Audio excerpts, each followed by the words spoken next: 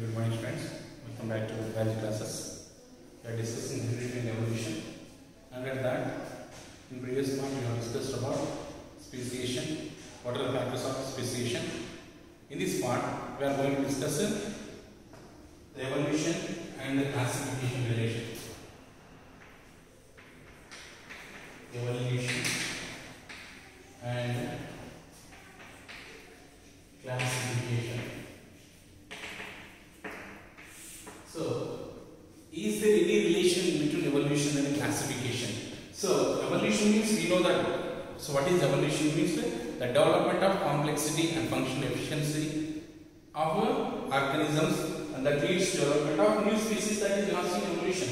But what is classification means? Classification means grouping of organisms. Understand? So, how this grouping or classification is occur? So, the classification is nothing but the grouping of organisms based on the similarities and dissimilarities. Understand? And what do we get called as a classification? So, what is classification means? Grouping of organisms based on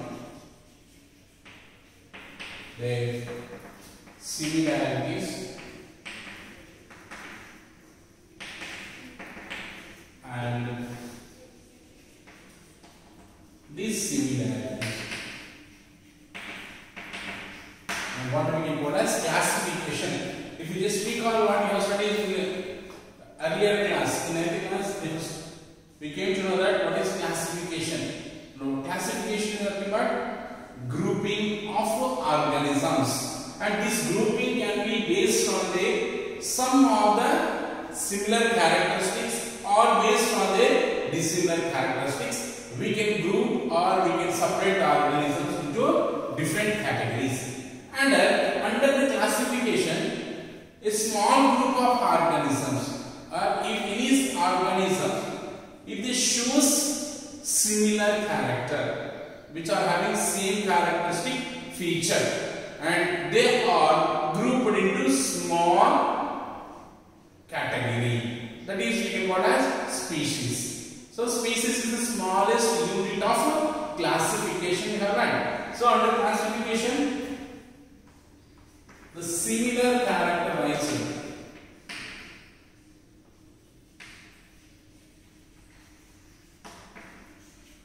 of organisms classified or grouped into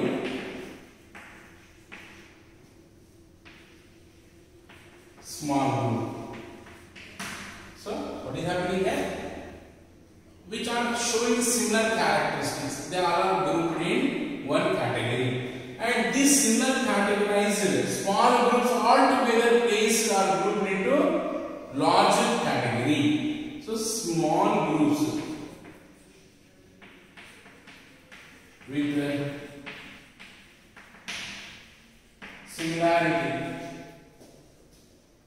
were placed in large group.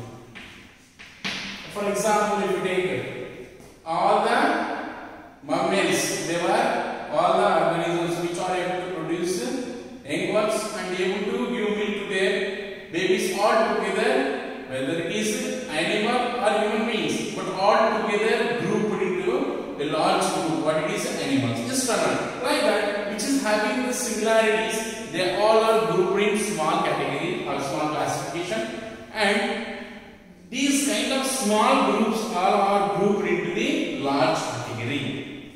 In this way, we can classify the organisms based on their some of the characteristics. And if you observe, in general, the organisms are showing some common characteristic feature, that is the presence of cell. Why? Because all the living organisms are made up of cells. So based on the number of cells, we can categorize the organisms into different groups, and based on that, see here some of the traits or characteristics were taking in classification of organism.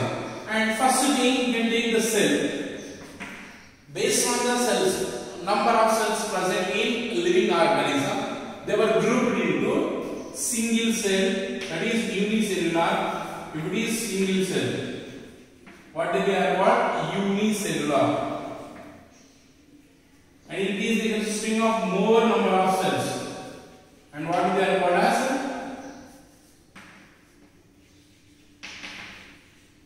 Multicellular. In this way we can group them, smallest to large organism. That is from smallest to large, the evolution is occurred. That is the complexities occurred, and that leads to the formation of new species. That is what based on the cell.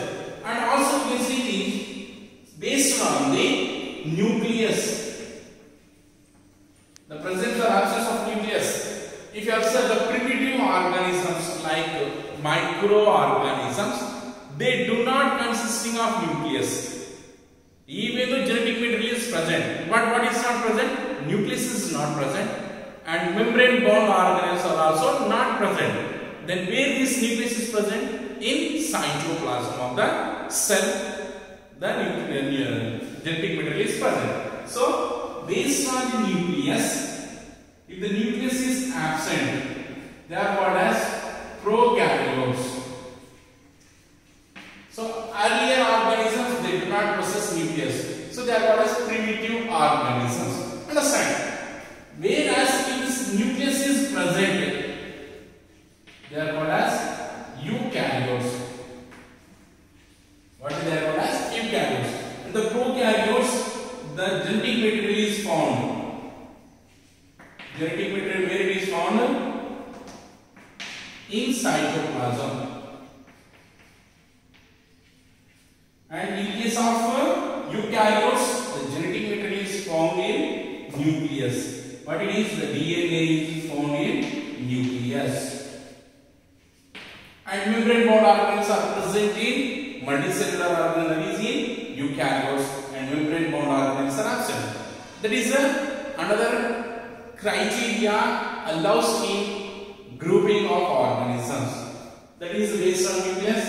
And also you can see that the type of food, how they will obtain their nutrients, whether they are able to produce their own food or they are dependent on any other organisms. Based on that, the organisms, based on the nutrition,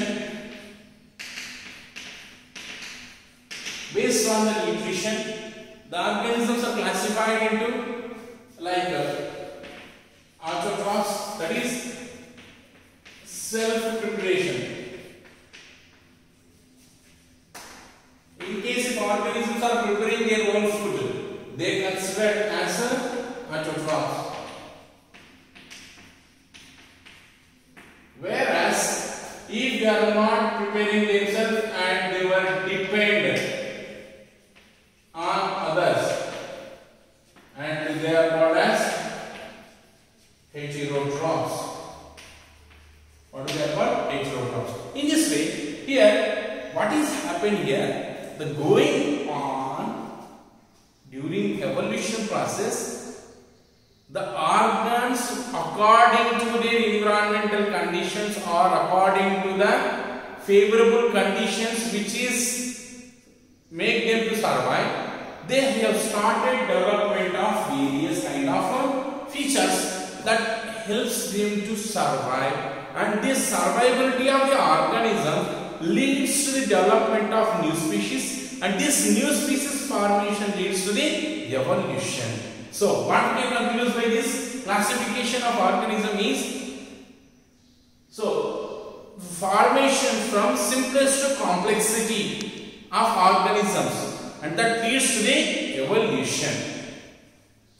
And also we have seen presence and absence of cell wall. Cell wall is present in lower organisms like in bacteria, fungi, and also found in the any plants, but it is not found in the animals. That is, in this case also we can divide them into different category. In this way, the classification conclusion is from simplest to complexity.